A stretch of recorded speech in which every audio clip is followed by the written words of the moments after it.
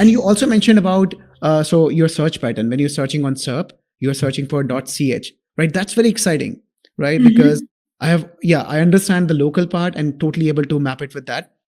But when we talk about web structure, right, we have different ways. We can go for ccTLDs for international brands in particular, right? We can go for subdomains. We can go for subdirectories as well. My personal favorite is subdirectory, right? Because you just need one domain. You don't have to worry about buying different domains every time you think about expansion, right? And so even if, let's say, you get a backlink from Washington Post, you can be happy that you're getting on the main domain, which is boosting the entire domain, right? Not a specific market.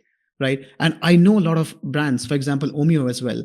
When I joined, they moved from Go Euro to Omeo. They migrated, right? One of the biggest market for them was Germany, and they could not get Omeo.de. So they got all the, ccTLDs for all the other countries. For Germany, they simply could not get Omeo.de. Someone else was owning that, and they, approached the guy, and he said, no, I don't want to sell it, right? You go and find, another solution. So end of the, when we wanted to migrate, we migrated to de.omeo.com. And that's very unnatural, right? When you're speaking with someone, you know what? If you want to book your tickets, you can go to de.omeo.com.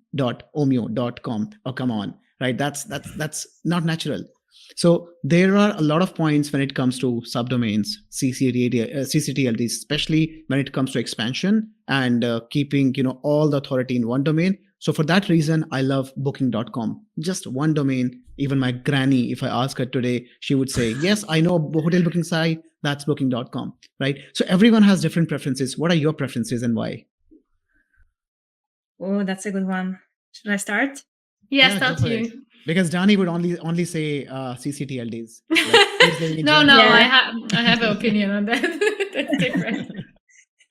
I think that international SEO had a lot of power in their hands, and we used to say how things should be done on a global scale.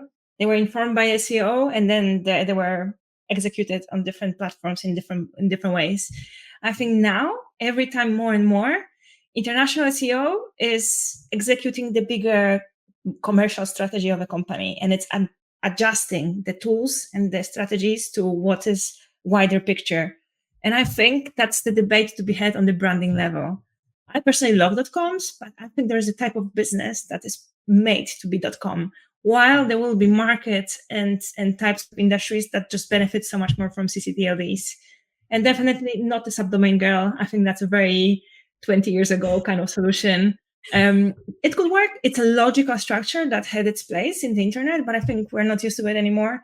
And even the smallest example, when you want to, from memory, type a domain name you're going to and just direct traffic it, if the subdomain is there, you're never finding what you're looking for. It always annoys me.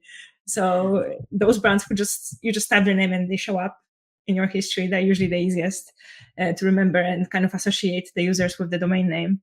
So I would say treat your domain name as an asset, make a strategic decision, and then the choice of the domain ccTLD or .com, it will come naturally because it's an aftermath of the different decisions.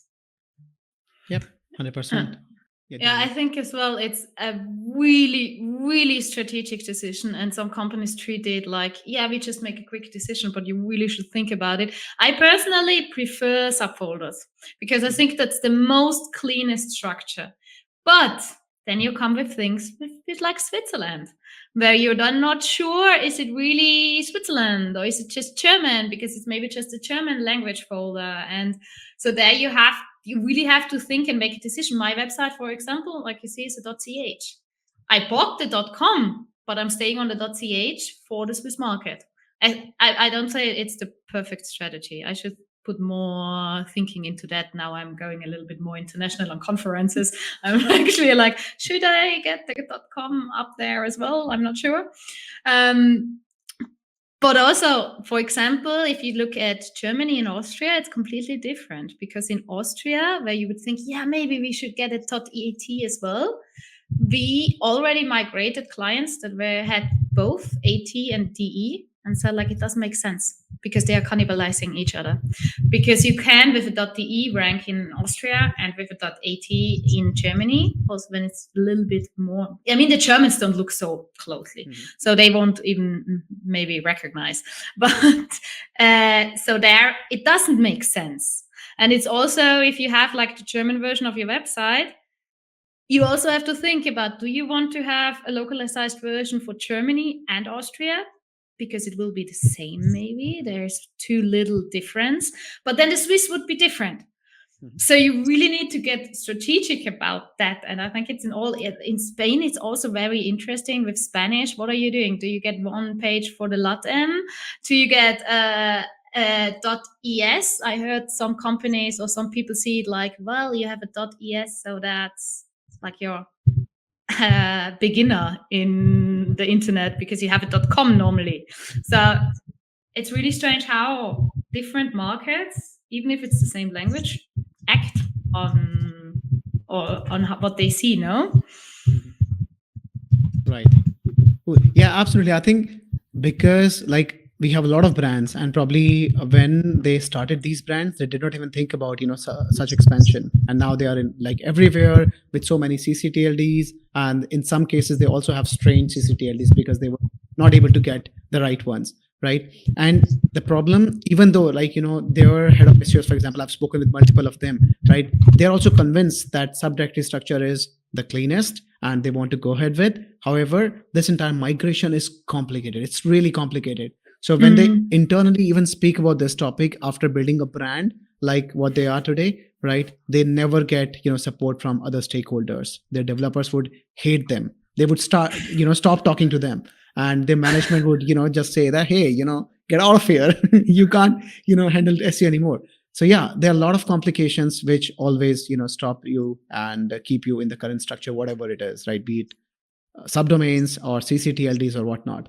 But yeah, that's interesting topic. I think always, and I think after the conversation that we had today about Switzerland in particular, I think I would also think about it. Like whenever I'm suggesting a structure to my clients, I would also say maybe, you can have a subdirectory structure, but for Switzerland, as an exception, you can also get .ch. Yeah. He mentioned like, a lot of brands choose ccTLDs because that's brag-worthy proposition. And in most of the cases, they also do not have resources. So yeah, that's very true, because having same instance of your website in multiple domains, that's very difficult, right? And not just maintaining an instance of your website, but also serving everything that you have all over the place, right? For example, talk about Google Analytics, Google Search Console, right? These are tiny tools, but entire experience you have to have on every single domain. And also like hosting these domains, maintaining these domains continuously, that is not an easy job. So yes, resources plays a massive role. And then there was another question from Andre for me. So why did we choose to go ahead with ccTLDs instead of having single version, single domain for Omio? So yeah, it was very I was always in favor of subdirectory, but when I joined, they said, "Hey Nitin, welcome to the team. So you'll be taking care of all the 29 domains we have, and guess what? Next month on 29th, we're going live with the massive migration, and you're working on that." I was like, okay, tell me more. And they said, we have all the domains, these are some domains that we were trying to get. I was like, okay, but can we rethink about it? And they were like, no, everything is final. And developers are already like halfway, with the process from the back end. So yeah, I think it also plays a huge role from resources perspective, like what they're doing, how much of that is already done. And right now in this case, it was easy comparatively for developers to map one instance, for example, goeuro.de with de.omio.com or goeuro.com with omio.com, then converting these separate instances to subdirectories. So that is the reason why we decided to go ahead, not decided, I did not decide that, right? But I just accepted that and took that as a challenge and just work on it. But yeah, that's why we basically decided that. However, there are some big brands as well. If you talk about Plainline, for example, huge brand with massive organic visibility, they also decided to go with the ccTLD to single domain approach, and it was a perfect, my favorite case study of migration. So you can take a look at that, like how they did. It was a bold decision. Of course, they lost some traffic, but for a short tenure, maybe 3 months, maybe 4, right? But end of the day, they were happy because now they have one domain. Life is easy. The brand team is super happy. Whenever they talk about Trainline outside, they say trainline.com. That's the domain you need, right? So life is easy. Yeah.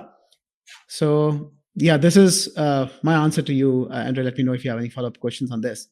Yeah, there's another question from Pratik. The question is, in the subdirectory structure, does it matter if I use language first and then country, or the other way around? So what's your take on that? I think principally it doesn't matter. You can use whatever you want if you use it right in the hreflangs. Yes. But I wouldn't mess it up. I would do it in the same as hreflangs to just don't have another thing that could go wrong. So better to just use the same and not confuse people or developers. Exactly. I was working with a brand where they had a domain name / country name, then another / and then language. It was always confusing for me to look at domain structure. Okay, it's for example, DE. No, D is a bad example, right? But let's say ch / DE, and then I'm looking at their href, which is D-ch. I'm like, hey, it's always the reverse. So yeah, I think if you keep it consistent, it's very easy for especially your SEOs to understand it, right? And to easily map it. And yeah, whenever you do like any analytics or anything, you can't just go wrong with that if it's consistent. If it's not consistent, then yeah, you're looking at hreflang tags and maybe your regex is around that as well. But when you find different results, you're like, hey, this is not what I was expecting. But the reason, it's basically the inconsistency that you have. Yeah. All right. I hope that answered your question as well, Pratik.